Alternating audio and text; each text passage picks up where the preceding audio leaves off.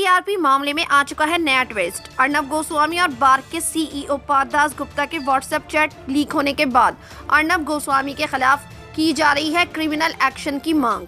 TRP घोटाले में Mumbai police की रडार पर आए रिपब्लिक टीवी के editor in chief Arnab Goswami के लिए आने वाले दिन और ज्यादा मुश्किल भरे हो सकते हैं।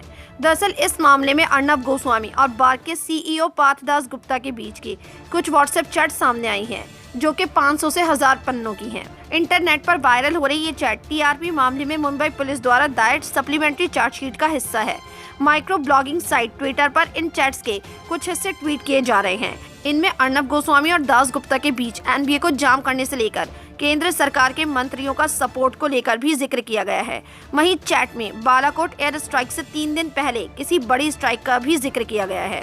इन वायरल व्हाट्सएप चैट में अर्नब गोस्वामी 23 फरवरी 2019 को बार्क सीईओ से कहते हैं कि कुछ बड़ा होने वाला है, जिसके बाद जब उनसे कहा गया कि क्या ये दाऊद के बारे में, तो वो जवाब देते हैं नहीं सर, पाकिस्तान।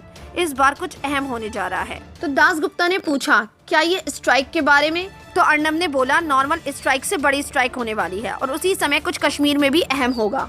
पाकिस्तान पर सरकार इस तरह हमला करने के लिए आश्वस्त है कि लोगों को खत्म कर दिया जाएगा। 23 फरवरी को अर्नब गोस्वामी अपनी चैट में इस स्ट्राइक का जिक्र करते हुए दिखाई दे रहे हैं और 26 फरवरी को भारत ने बालाकोट एयर स्ट्राइक कर पाकिस्तान के कई आतंकी ठिकानों को ध्वस्त करने का दावा किया। वहीं 17 मई 2017 को पार्थ दास गुप्ता और अर्नब गोस्वामी के बीच हुई चैट में केंद्र सरकार के मंत्रियों का भी जिक्र किया गया है।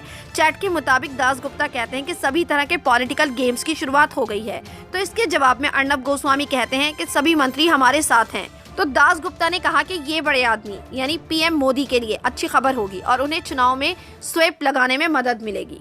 भारत पिछले साल मई में चुनाव में गया था। पुलवामा हमले के कुछ हफ्तों बाद पीएम मोदी और उनकी पार्टी भाजपा ने बहुप्रतिशत चुनाव माइलेज निकालने के लिए भारतीय सैनिकों की शहादत को एक बड़ा चुनाव मुद्दा बना दिया था। मोदी कुछ महीनों बाद बड़े जनादेश के साथ सत्ता में लौटे थे। अर्नब के पुलवामा में अटैक के बाद एक और चैट से उनकी खुशी दिखी, जिसमें वो कह रहे हैं कि हमने इस हमले को पागलों की तरह जीत लिया।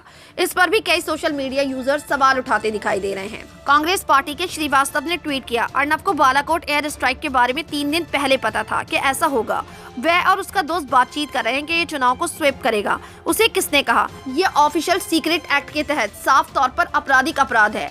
अर्नब को इसके लिए फौरन गिरफ्तार किया जाना चाहिए और ट्रेजन के लिए कोशिश की जानी चाहिए। श्रीवास्तव ने यह भी सवाल उठाया कि 14 फरवरी दोपहर 3:15 पर पुलवामा में आतंकी हमला हुआ और हमारे 40 जवान मारे गए, और फरवरी शाम 5:42 पर अर्नब कहता है कि ये हमला हम पागलों की तरह जीत गए। ये आदमी जो हमारे जवानों की मौत का जश्न मना रहा है, वो भक्तों के लिए एक राष्ट्रवादी आइकन है। तो पूर्व राजनायक केसी सिंह ने लिखा, ऐसा लगता है कि सरकार ने 2 तरफा हमले की योजना बनाई है। वायुसेना के बम बालाकोट और अर्नब ने भारतीय विपक्ष पर बम बरसाए। तो पत्रकार स्वाति चतुर्वेदी ने प्रधानमंत्री ऑफिस को टैग करते हुए लिखा, प्रिय पीएमओ इंडिया जिसने केवल गुप्त रूप से आंखें लीक की गोस्वामी को पाकिस्तान के खिलाफ क्या ये आप सैन्य अभियानों और राष्ट्रीय हितों की रक्षा करते हैं?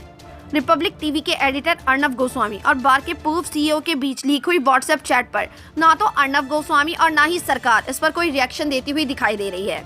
ऐसा माना जा रहा है कि मुंबई पुलिस, जिसने पिछले साल टीआरपी घोटाले के मामले में दास गुप्ता को गिरफ्तार किया था, उसने अर्नब गोस्वामी को शर्मिंदा करने के लिए व्हाट्सएप चैट को लीक कर दिया।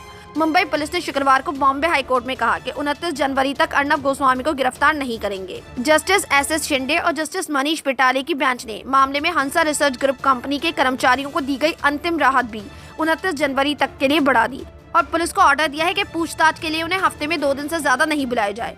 इसके बाद जहां अर्नब गोस्वामी और सरकार पर कई सवाल खड़े किए जा रहे हैं, वहीं सुप्रीम कोर्ट और उसके जज भी कई सवालों के घेरे में खड़े दिखाई दे रहे हैं। अर्नब गोस्वामी के खिलाफ इस वक्त क्रिमिनल एक्शन की मांग जोरों शोर से की जा रही है, लेकिन देखना यह है कि क्या अर्नब गोस्वामी के खिलाफ कोई कार्यवाही की जाएगी। आपकी क्या राय है खबरों के बारे में? अपनी राय कमेंट सेक्शन में जरूर दें। हमारे चैनल को सब्सक्राइब करें, बेल आइकन प्रेस करें ताकि हर खबर आप तक जल्द से जल्द पहुंचे।